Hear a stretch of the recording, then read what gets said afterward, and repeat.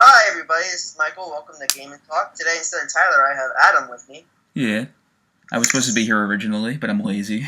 Yeah. So, this week, I already screwed up. Today, we're going to be talking about upcoming Wii U games, that console that has so many of them. Even though Michael does not have a Wii U, I am excited for what's coming up. Because Adam is a Wii U weeaboo. Hey, listen.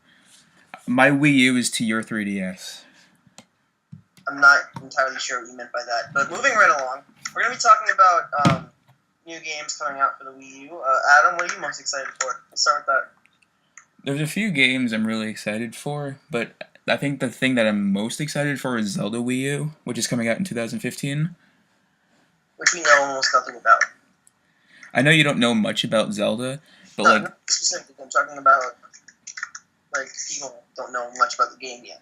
Oh, well, yeah, no one really knows a lot about it, but supposedly it's returning to its old roots of like the first Zelda on NES, or it's just like a game where you could go anywhere and not expect like what's gonna happen. Because like most people are getting kind of tired of like the Zelda franchise lately, like of what it's become, like Hyrule Warriors or Skyward Sword. Yeah, this is crazy, but I just had this wild idea about what would make an interesting Zelda game. Yeah, Where when you're traveling from place to place, you're in an open world, right? yeah, Like most modern Zelda games. But then yeah. once you get into the dungeons, it's top down. That's like what the first one is, and Link to the Past. Oh no, but no, I mean like Skyrim open world when you're walking around. But then when you get to the dungeon, it becomes like that. You mean like a first person kind of thing? Not like third person when you're playing third person Skyrim. Yeah, you could do that. You could do third person Skyrim, but like I prefer first person. Yeah, so like that, but then once you get into the dungeons, it's like up top down, but realistic. Yeah, I know what you mean. Yeah, that'd be cool. I still kind of wish they would do more with Zelda as a franchise, like because like you know how Mario is the mascot of Nintendo. Yeah, well, there was a whole in there. Did you see the Robot Chicken video at E3? No, I've heard a lot about that, but I don't really know what it is. Well, there was a point where they said a lot. They made a lot of jokes, but most of their jokes actually had something to it that was really actually relevant. And Yeah. one of the things one of the jokes they made was I think they killed Mario or something like that. I don't remember exactly, but Link was like, "Hey, I'm the new mascot" or something like that. So maybe Link is more of a mascot to Nintendo nowadays than Mario is. I wouldn't exactly say that because they put Mario's face on just about like everything.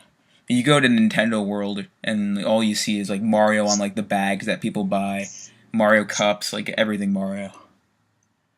But Yeah, I I think the point I'm trying to make is that like Mario, like people say that like Mario is always like the same game over and over, like the linear side scrolling kind of Mario games.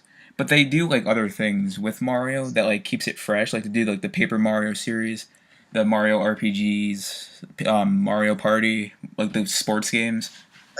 while we're on the topic of Mario, another game that I'm excited for that's coming to the Wii U is I know what you're gonna say. Captain Toad Treasure Shop. Yep, Captain Toad. Supposedly it's coming out 2014. Yeah, which I'm excited about if I get a Wii U, which I'm really hoping I do. They pull a new 3DS on the Wii U, which I would not be able. I don't have money for this kind of thing. yeah, but the Captain Toad looks really interesting. I think I played I think I was at a Best Buy and I played 3D Land. Well, I played 3D World. I played 3D Land on my 3DS. Yeah. And there were no Captain Toad levels there. But Captain Toad looks like a fun little mini game. But now they're making a whole game out of it. Yeah, that originated from the one on Wii U. Yeah. Because there were some levels where like you play as Captain Toad, you get like extra stars. I don't know how much I expect from the gameplay, but I just love the character, and I feel like that's where most of my love for this is coming from. Yeah, like I like it because like I like the idea of it because like the levels don't seem too long, but like they also seem challenging in like a puzzle sort of way. Like you have to actually use your brain to beat every level. It's not like Mario where you just like run and you beat the level. Mm-hmm. While we're on the topic, just a quick question put out there: if they were to release another Mario spin-off with a different character, like what would you want? Like an already existing franchise. In the a character from the Mario franchise, and it becomes a spin-off. I most of the spin-off characters are in a few Mario games, like Koopa in Mario Kart and stuff like that. But like if a character had its own franchise, I would want to see something with Shy Guy, honestly. I can see that. I kind of want a Nabbit the Rabbit game. Nabbit, that's the guy from the Wii U, right? Yeah. Yeah. All right, we're getting off topic. Anyway, Not really. so Captain Toad's another one to look forward to. Another one that you were looking forward to and you're disappointed because you thought that it might not happen. Do I know what you're talking about? Let me look it up. I can't remember what it's called. Uh-oh. Is it Bayonetta 2? No, that's happening. Yeah. Oh, Fire Emblem X Shin Megami Tensei. Is that happening? I don't know. Let me look it up. They haven't said anything about it. Well, I have an article here from Game Informer. I don't know how you are with Game Informer, but it says Nintendo Shin Megami Tensei X Fire Emblem on schedule. Huh. Not only in Japan and in the US too? Here's what it says. Neither Nintendo or Atlus has sustained details on the Fire Emblem X Shin Megami Tensei crossover at E3, but Nintendo designer Hitoshi Yamagami did say the game is on track. So they don't say whether or not it's for Japan, they just say that it's on track. Well, can I talk about something like similar to like games being released in only Japan? Sure. So, like it's like we were talking about Dragon Quest before. Like these games that are made, like they do a lot better in Japan than they do in the U.S., which is why they stopped westernizing it. So because like you see like if you look up like their sales of Zelda games in the U.S. and Japan, you can see how like Japan sells way more copies than the U.S. So it must be like obviously it's the same case for like games like Dragon Quest and Fire Emblem and stuff like that. So I wouldn't be surprised if they didn't westernize it and bring it over here. Yeah. You know what game I want to come to the Wii U, even though it's an exclusive to arcades in Japan? The Pokemon fighting game? Pokemon Showdown, yeah. Yeah. I wouldn't be surprised if they brought that to Wii U. I don't know. I mean, I thought I could predict what Nintendo was doing, and then like the announcement a couple of days ago happened, and I don't know for sure if I can. The thing about that is like how like the Wii U, like when it first launched, like the games that first launched for the Wii U the day it came out. Tekken, I think Tekken was one of them, or at least it came out on the Wii U early on. And Nintendo did like their own thing. Like the game came out on like Xbox and PS3, but when it came out on Wii U, they did their own thing with like the characters could have like Mario skin or Toad hat. Which they're doing with Bayonetta too. Yeah, they're like Bayonetta can be dressed up as Link. Which I find really cool. I'm glad that Nintendo like has a creative eye for stuff like that. Yeah, that would have been something. Now that I think about it, that would have been something that would have made Zombie U a lot more popular. Zombie U, like, it gets a lot of flack. I actually think that game's really good. Yeah, I haven't played it, but it looks interesting. It's hard.